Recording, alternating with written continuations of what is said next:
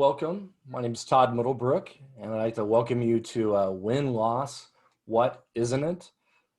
You know, there's a lot of important questions you can ask about win-loss, and I think a fundamental one is, what is win-loss? Well, you know, what can it do for you? What can it do for your organization?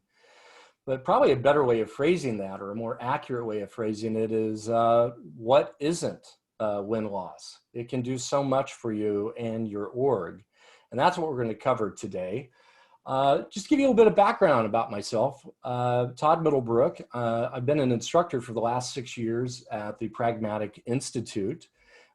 Tell you more about that in just a moment. But today's session is really going to be based on an experience that I had some years ago when I spent 10 years of my career at Microsoft in Redmond, Washington.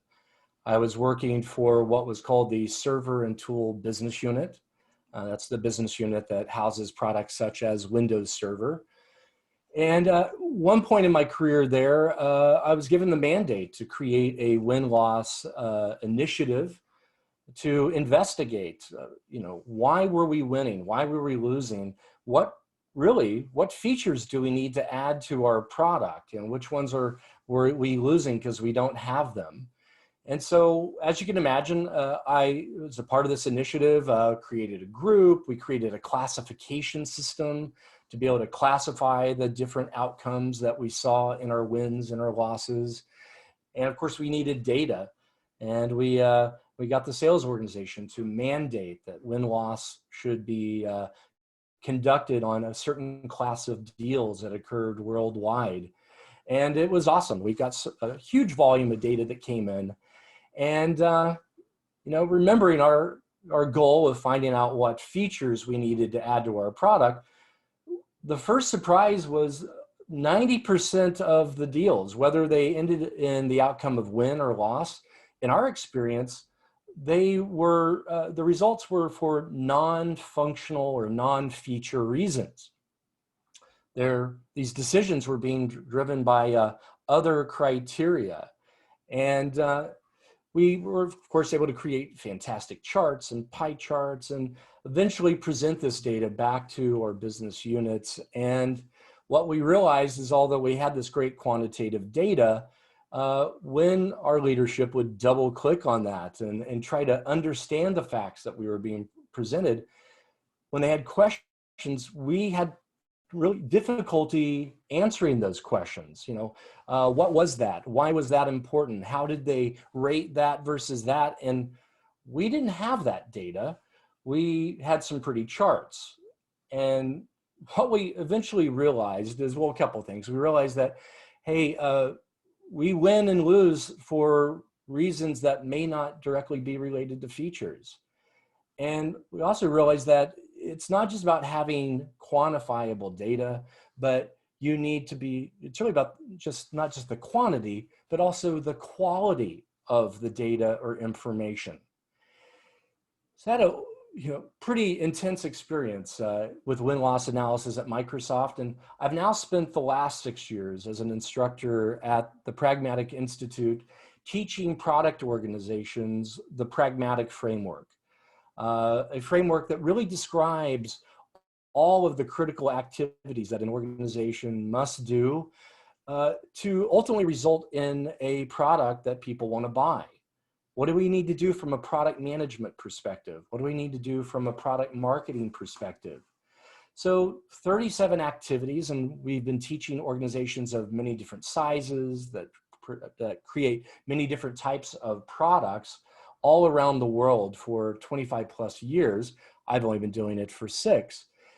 But if you look at this framework, one of those critical activities that we focus on and teach is win-loss analysis. Now, I'm glad to see that you're attending the WinLoss Week. And of course, there are a lot of great sessions, 30 plus sessions on this topic of win-loss. And these sessions will be on different topics. And for example, there's different types of win-loss analysis. There's qualitative, there's quantitative. There's also, I'm sure, going to be sessions, if you look at the abstracts, on the different methods and the different sources that we can draw upon to do win-loss analysis, whether it's mining our CRM database, interviewing our sales teams. So many different ways of doing this, and there's value in all of the different methods and the different data sources. But what I want to focus on today is really the benefit of qualitative win-loss analysis, and specifically around buyer interviews. But before we talk about buyer interviews, we want to provide some advice that buyer interviews can be hard. And so I'd like to provide some recommendations. First thing is you've got to have leadership buy-in if you're going to do buyer interview win-loss analysis. And I mean, of course, approval. You're going to need approval to get access to sales teams and access to the CRM data. But not only do we want to get buy-in or approval, I want you to make sure that your leadership also understands what are we trying to accomplish in win-loss analysis. Do they understand what the end goals are? Because what I don't want you to do is have a mixed matched expectations hurt how the end product, how the data is received, and how ultimately the value of your win-loss analysis is viewed by the organization. So make sure you have that buy-in. Of course, you also need your sales team to buy in. I'm going to be looking at doing win-loss analysis through the eyes of product teams, product management, product marketing folks, and not from within the sales organization. So if we're going to want to do win-loss analysis, we need access to those buyers, and the gatekeepers are sales. And they're not usually pretty excited about having some other outside party, another team in the organization or an outside organization, to get in and really start analyzing what's going on in their deals.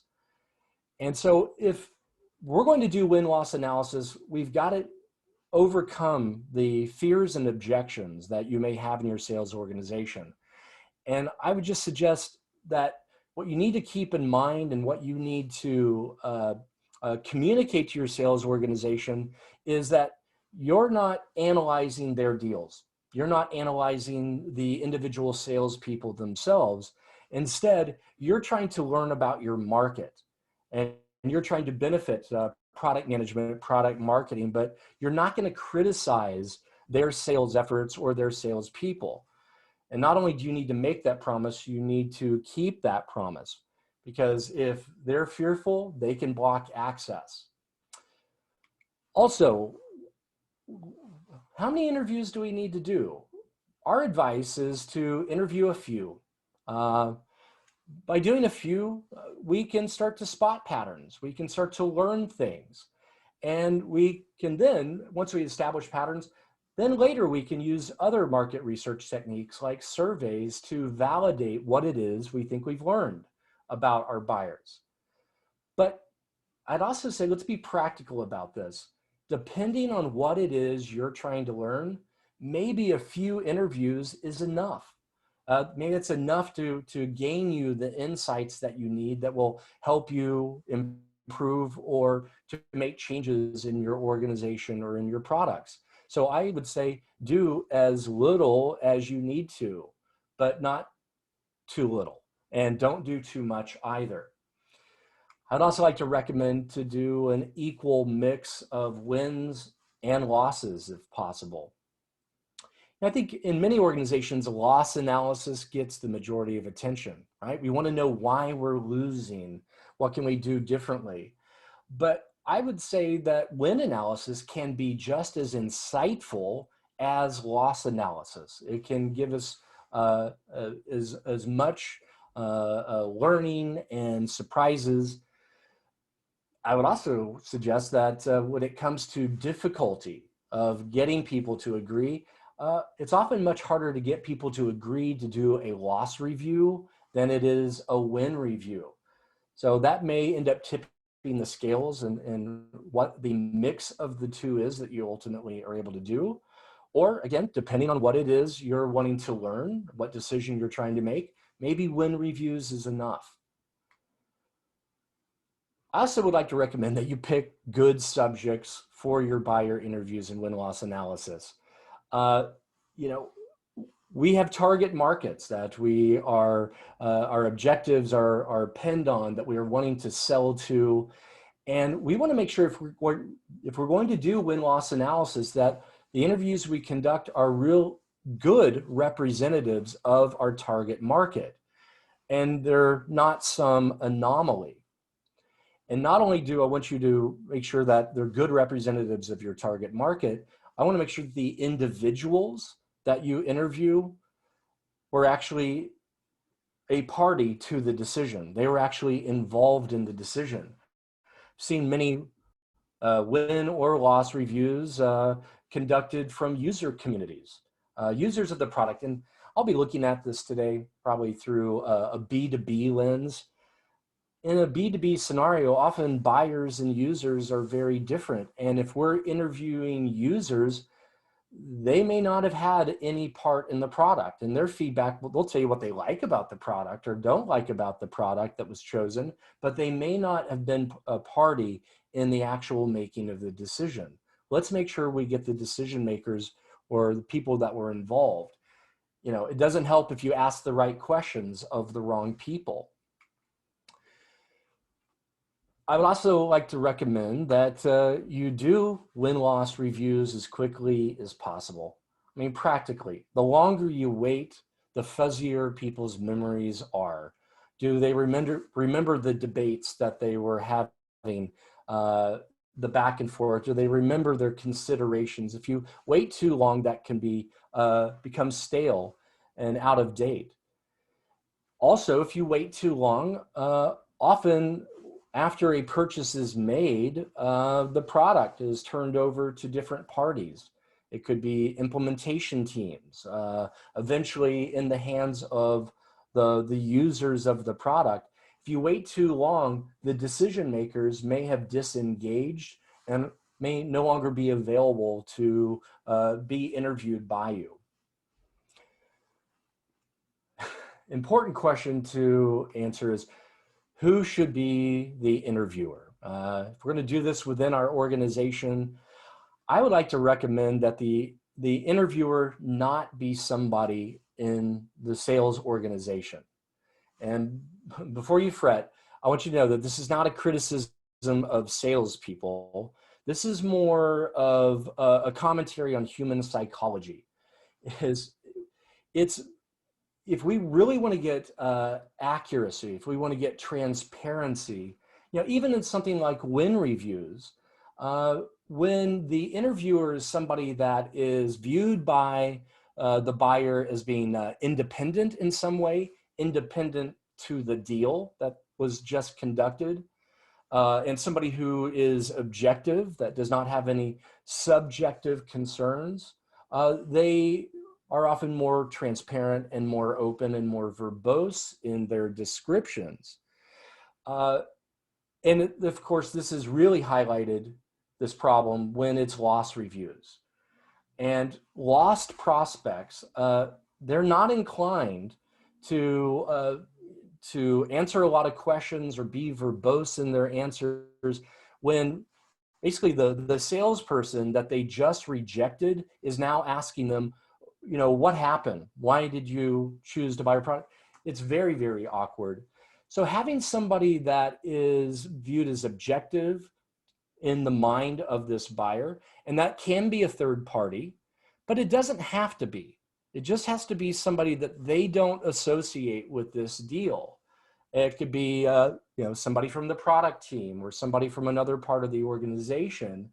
And with that separation from the sales engagement, you can expect more transparency from them. Last thing I want to recommend is know, why are you doing win-loss in the first place? As I mentioned at the beginning, win-loss is a very versatile tool. It can answer different questions. You know, from a product management perspective, it can, you know, help us understand, you know, when do we win? When do we lose?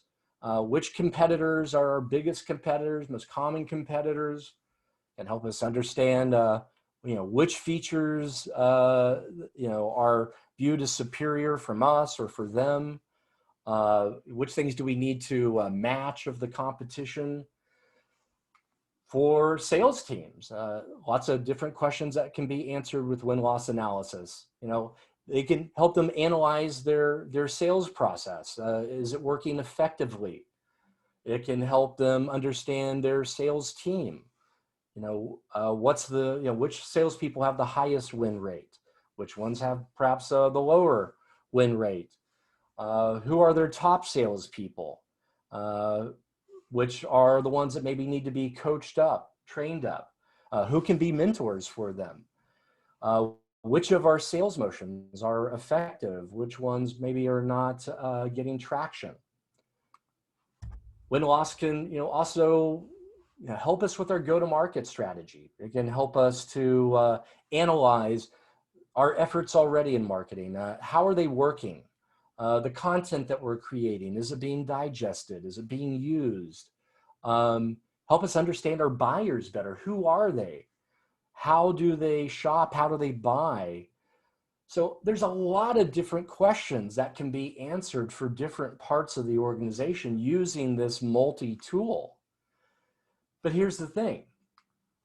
Lots of questions can be asked, but what most people will tell you, if you're going to do buyer interview win-loss analysis, what you can expect is about 15 or 20 minutes for this interview. Everyone's busy, and you don't want to be sitting there and regret not asking a question. You want to make sure that you're getting the most benefit out of it. So I'd like to challenge you to be clear about, before you do win-loss analysis, answer this question. What problem are you trying to solve in the organization? Knowing you could solve a lot of different things, let's be very targeted. If you're wanting to open a bottle of wine, if that's the specific thing that you're wanting to accomplish, it's true that you could use a multi-tool for that, and it's got a corkscrew, and you could eventually get that bottle open.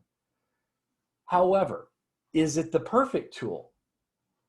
Well, I don't know about you, but I drink wine, and I would much rather use a specialized tool because I know it will accomplish that goal.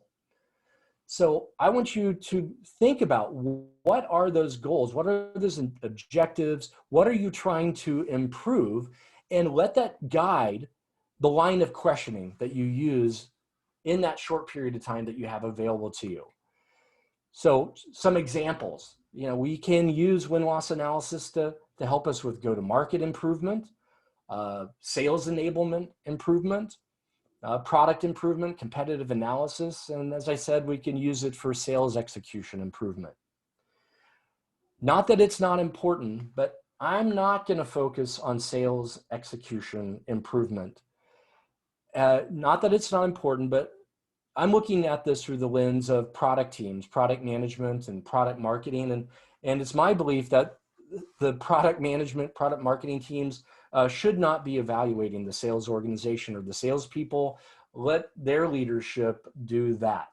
Lots of value can come out of it. But I want us to be clear about which of these improvements are we trying to impact for our organization.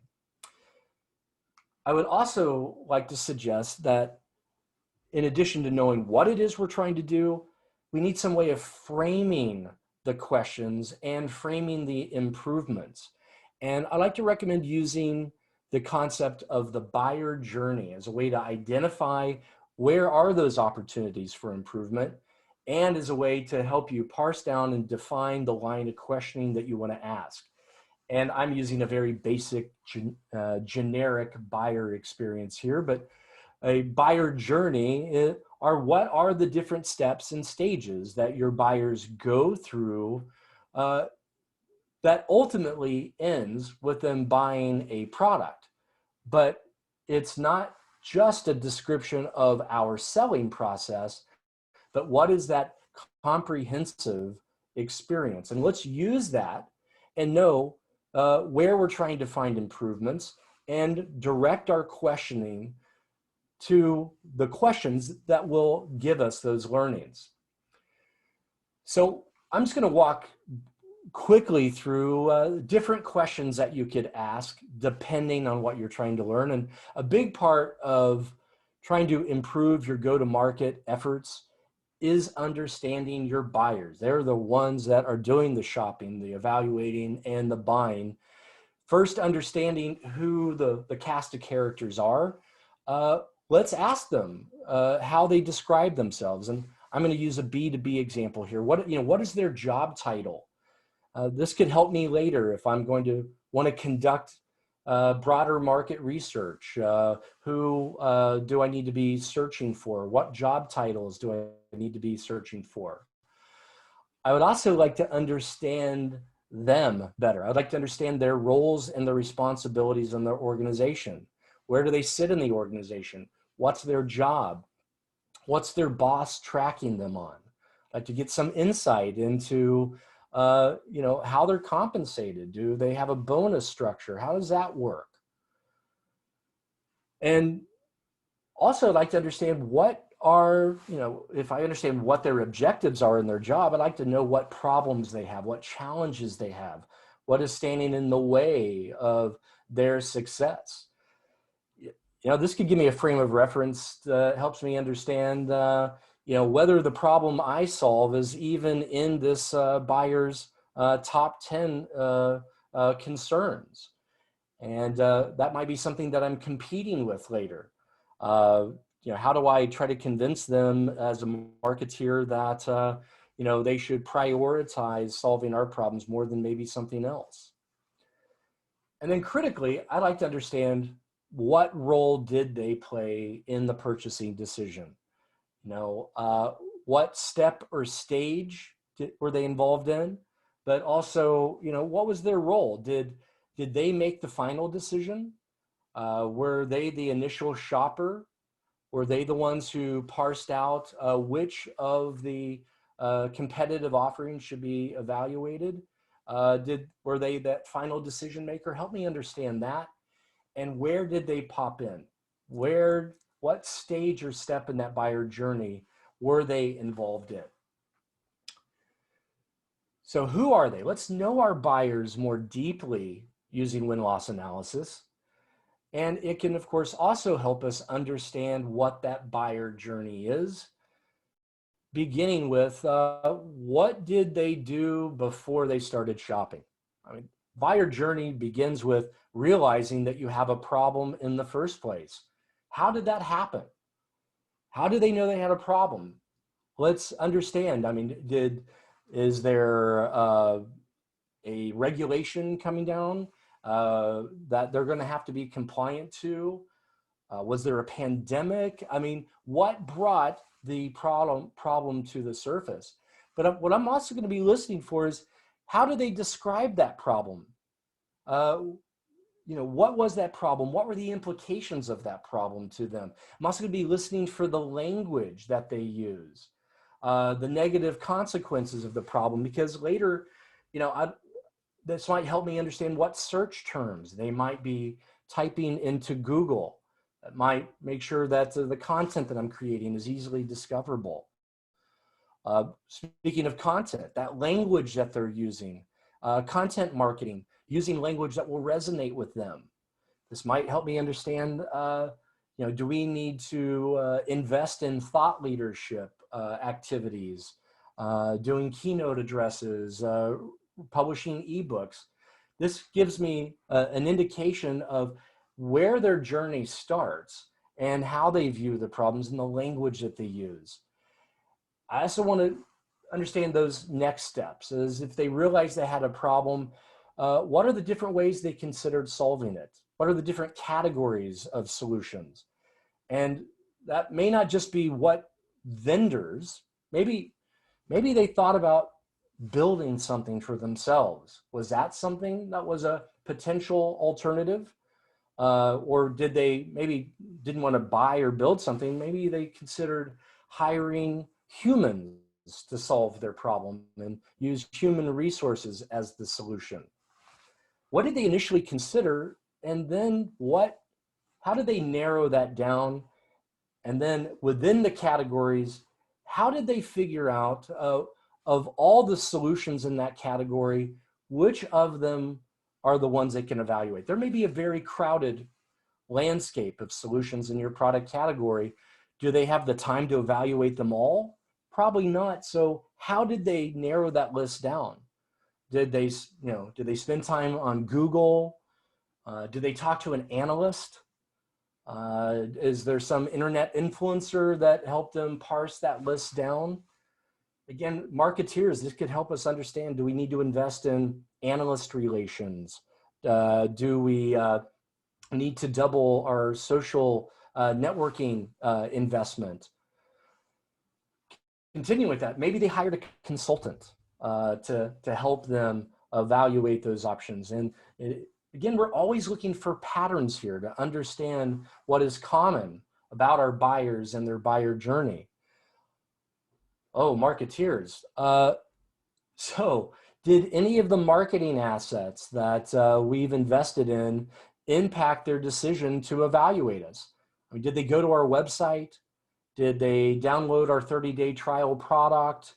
Did they read those ebooks? Did they attend one of our seminars? Were they the target of one of our marketing campaigns? So I want to understand, what of our marketing efforts did they actually consume? And also, how did it influence their decision? Was it a positive? Was it neutral? Or maybe did it have a negative impact? And then ultimately, I'd like to know, how did they engage us? What was that path of contact? Did they click on the link of that email campaign and become a lead? Did they put the effort in of going to our website and finding a 1-800 number or filling out a lead form? Did they talk to a salesperson at an industry conference, when we used to do that in person? What was that point of contact? What is that typical contact when they've decided to become what we say is a lead? So lots of questions that we can ask to understand even before we're selling to them. What can we do to improve and get more people into the buyer journey, and to look for improvements from marketing perspective and then marketing investment perspective? Continuing with these, okay, once they engage and they're finally evaluating us, we can ask questions that, well, how do they buy? What is the process? Is there a single buyer that does the evaluation and makes the decision? Is there a pattern where there's a procurement process, a bid process? Is there a committee that gets formed ad hoc to evaluate and make a decision? Help us understand what those typical buying patterns or processes are. And what were the evaluation criteria? What were they thinking about? What questions did they have and need satisfied to make their decisions? Did they have economic criteria, ROI, lowering TCO? Were there technical criteria, regulatory? Was it solely evaluated based on the functional capabilities of the product? Or often it's some combination of these. So what are they? And if I can kind of do a drill down into that economic, is I like to understand pricing. Part of our go-to-market is coming up with the right pricing strategy. And so how important is price to the decision? What role did it play? I also like to know, at what point did price become an issue? What point in that buyer journey? And ultimately, what did they think about our price? Did they like it? Did they dislike that strategy? They may have still, purchased our product, but they may have said, look, you have a perpetual license. We would have much preferred a monthly subscription fee. We like the OpEx budgetary versus CapEx. continuing with going a deep dive on economic is, let's understand, was there an economic return calculation? Did they do an ROI analysis? This might give you some guidance on how they are viewing price, and there are different approaches to pricing your product. This might give you the pathway that is the right way, demonstrating economic benefit. In fact, if they did an economic calculation, you might ask, would you share it with me? Because maybe we can use this for future buyers and to justify the price that we're quoting to them. And we want to know, out of all of those competitors, which are the ones that they chose to evaluate. You might have a very crowded competitive landscape, but who are those typical competitors that they actually pit you against and compare you against? And finally, how did they decide? What tipped the scale when they made the decision? Was it product related? Was it functional? Was it a value proposition? Was it cost? Maybe something outside of your control, risk. But let's understand what ultimately tipped the scale in making that purchasing decision. It's not always features and functions. So let's put on a different set of glasses and say, okay, what if we want to improve sales enablement? Different set of questions that we could ask. Well, let's start off with understanding of the sales tools, of the sales content that you have created. Let's try to understand what was actually used, what was actually consumed. You might find out that you have an evaluation product, a 30-day trial that can be downloaded. You may find out that maybe they never downloaded it, they never used it. Or you might find out that that content is not good. I mean, did they download that ROI calculator? Did they download that data sheet? Did it contribute to their decision? That's an important part, is not just what did they consume, but did it help them decide? What new things do we need to do? What can we do to improve the content and tools that we create? I don't know. Let's have our buyers tell us. Let's ask them, hey, what else could we have done? They may tell you that you need case studies that you didn't have before. They may tell you that you need a proof of concept out of a box. They may tell you that you need a try before you buy to mitigate risk, but you really don't know unless your buyers can tell you, and make sure that we're not wasting our time and our money. So let's ask open-ended questions to learn new things from our buyers. Last but not least, I want to talk about, what if we are using win-loss for competitive analysis? Some of these questions overlap. First one is, which vendors did you actually evaluate? And this can help us really parse out what are our typical, who are our most common, our biggest competitors that we face on an ongoing basis. Before we start understanding the difference in features between products, how about the pricing models of our product? That we may be two products, ours and the competition, in the same product category, but did they value them both the same? How did they? We may find out that they value the competitor product higher than ours, therefore willing to pay higher. I'd want to know relatively where we are to that competitor when it comes to value perception.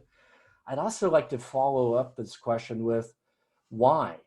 Why did you view my competitor product as more valuable or less valuable? What were the attributes?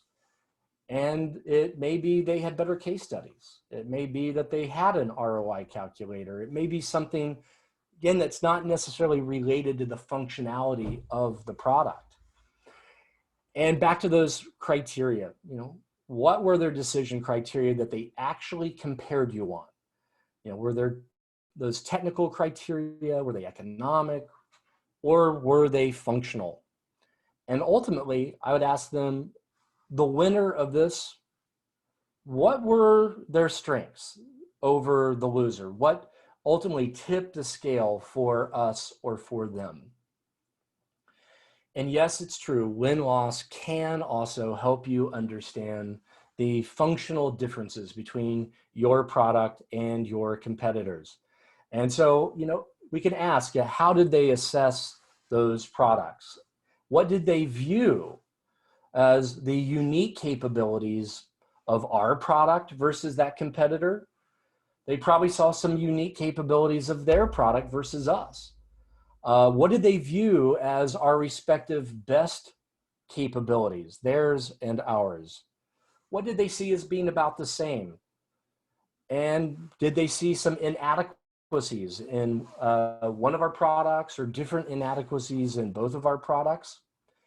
But I would like to follow up with not only understanding what were these differences that they saw, but follow that up with the question of, okay, how important were those differences to the decision that you ultimately made?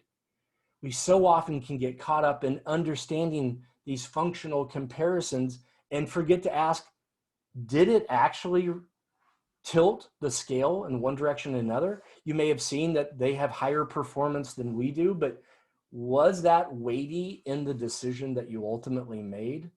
That's where the rubber meets the road. That's where the learnings really come from. So I went through that quickly, but lots and lots of questions that can be asked. But let's kind of put it all together. Make sure you understand, I love quantitative data, but I'm suggesting that you marry the two, quantitative and qualitative data. That qualitative data can make those numbers sing. It helps us describe and understand what it means, those numbers. And since you have very little time, 15 to 20 minutes on average, make sure that you're asking the right questions. So be very clear about what it is you're trying to learn. Yes, it's a multi-tool, it can do so many things, but take what you're wanting to learn, what you're wanting to improve, and turn this generic tool into a very, very targeted tool to help you and your organization. Win-loss is really powerful. It can help you, it can introduce you and help you know your buyers. It can help you understand how they shop. And ultimately, it can help you understand how you can help those buyers buy your product, to buy more of your product, to buy your product more easily, more quickly in the future. So I hope you use qualitative buyer interviews as one of the aspects of win-loss analysis to benefit your organization, but turn it in the right tool for yourself. So I thank you for spending some time on this session. I wish you all the best of luck and have a great day.